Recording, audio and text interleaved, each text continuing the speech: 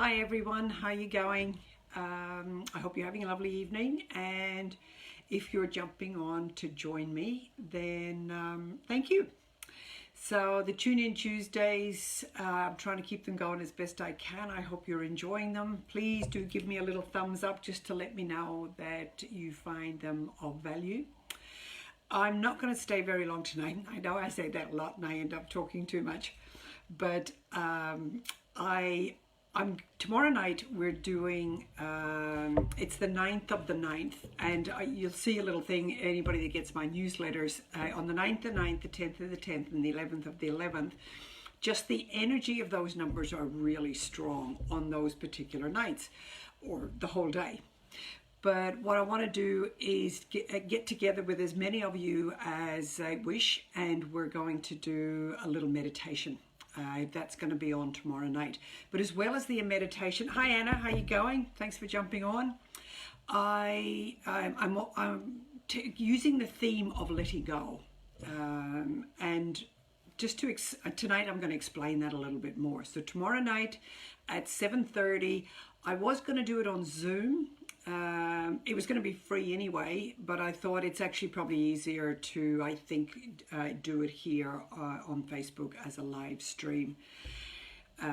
So it's available for anyone who wants to, but my heart is absolutely going out, as many of you I'm sure are, to all the poor Victorians, and looking like the lockdown is going to be continued there for, I don't know how long. It's just a bit sad.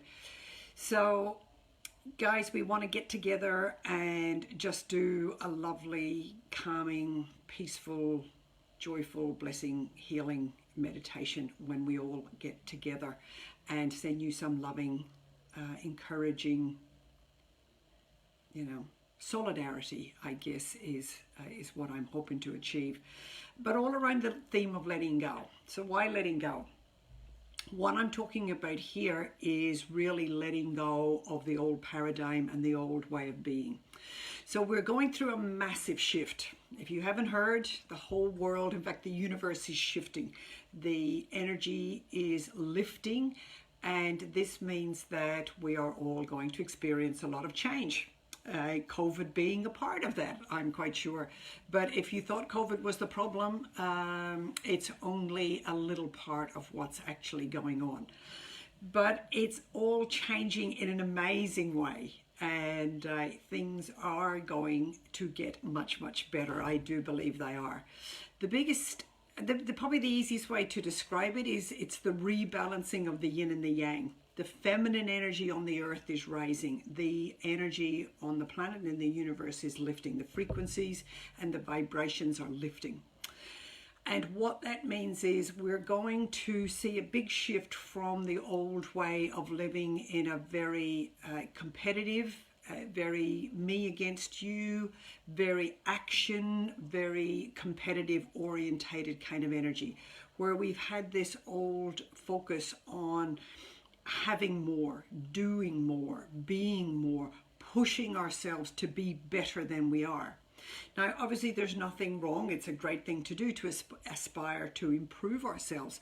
But the difference with the yin energy, the feminine energy, is doing the healing and then supporting and nourishing ourselves so that we grow and expand. The plants in the garden, I often use gardening analogies with people when we're clearing stuff. And I always say we're weeding your unconscious garden. But you don't see the plants competing with one another. One rose doesn't turn to the other and say, oh, I look better than you, my color is fresher, or my petals are bigger, or I'm standing taller than you. Every flower in the garden stands there in its own unique right. And we can grow and expand and be higher and clearer and stronger essences and reflections of our divine soul, if you like. And you'll hear me talking a lot about this beautiful divine soul, because I'm doing a lot of reading about it at the moment. I'm doing it a lot with my clients, and I think we're all ready. So this is part of what we're talking about, bringing in this lovely yin, nurturing, healing, restorative energy.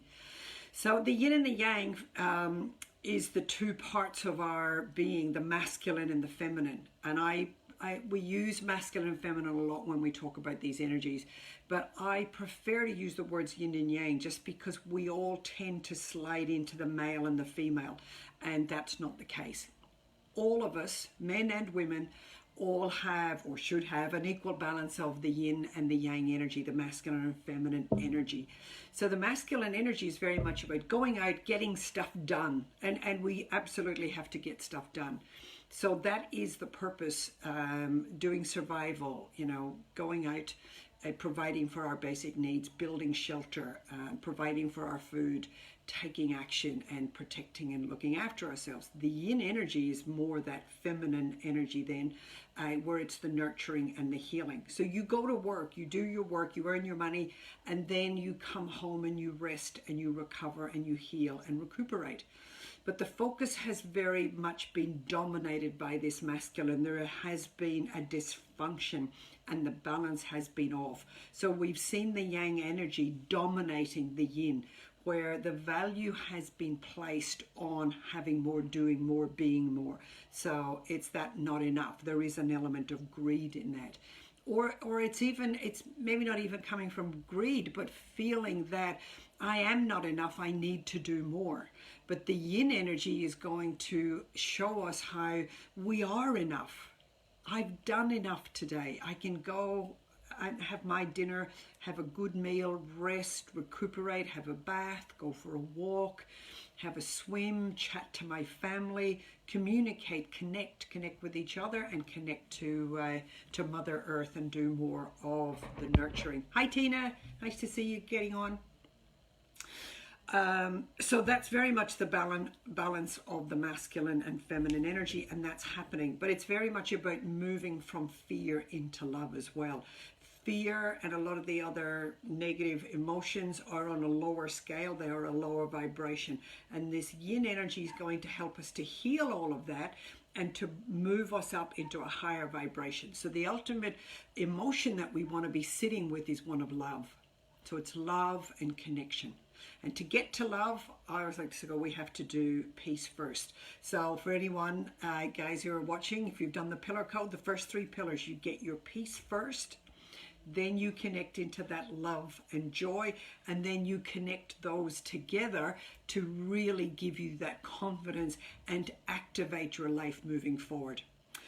So moving from fear to love, getting the balance of the yin and yang energy, but also there's going to be a big shift in the dominance of the collective over the individual.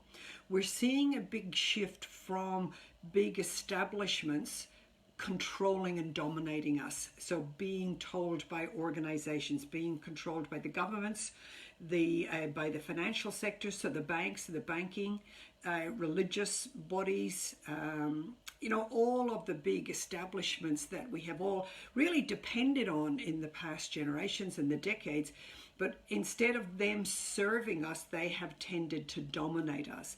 But that is going to be a massive shift where the individual now needs to step up and take control of their own lives. Now, that does not mean that we go into anarchy.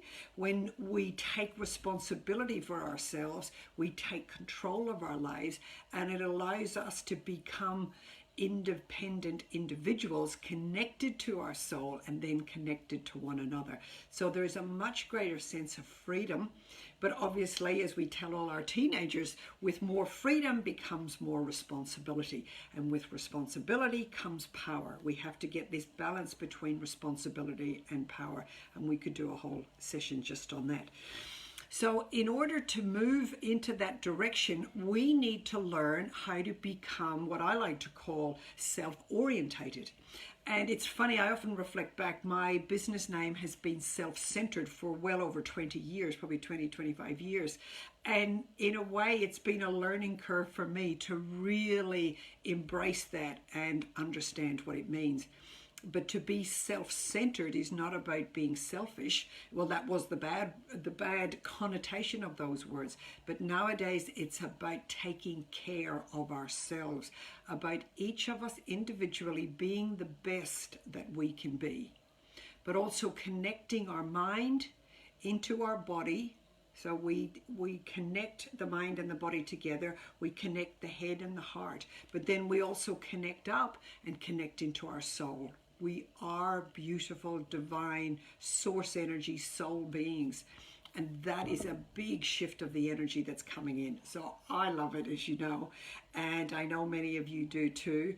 But this is new to all of us. You know, so many people, my clients will say, how come I didn't know all this stuff before? How have I done my whole life and not healed all these things and cleared all these traumas? Why don't I know better?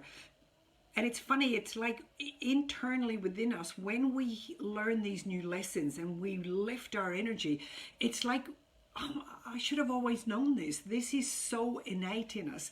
And it's this beautiful feeling of almost coming home to who we really are. So I love talking about the soul connection, talking about raising our emotional vibration, but letting go of the old ways. So that means letting go of our fears, letting go of our defenses, learning how to operate in this beautiful new space that's coming. And you'll see behind me, about the lights there, this is called the Metatron's Cube. It's sacred geometry, and you'll see that around a lot of places these days, and all these new agey and soul videos and things. And I'll try and explain a little bit of that tomorrow night. It's just going to be too difficult to go into that here. So if anyone has any questions, send them through to me so that I can get those answered. PM me, get onto Facebook, or email me, text me, whatever you like. So if you've got things that you'd like to comment on or have questions for, how do each of us move from the old into the new, and how do we allow ourselves, and what's involved in letting go of the past, letting go of old habits, letting go of old behaviors, letting go of the old fears. An interesting one that I had, I'll just explain this one, was actually, I knew I needed to let go of something and it was bothering me, and I was testing everything I could, trying to find out what was it I was not letting go of. And it came to me in a flash a couple of days later, as of course when you stop trying to search for something, it often does. But I realized what I wasn't letting go of was outcomes.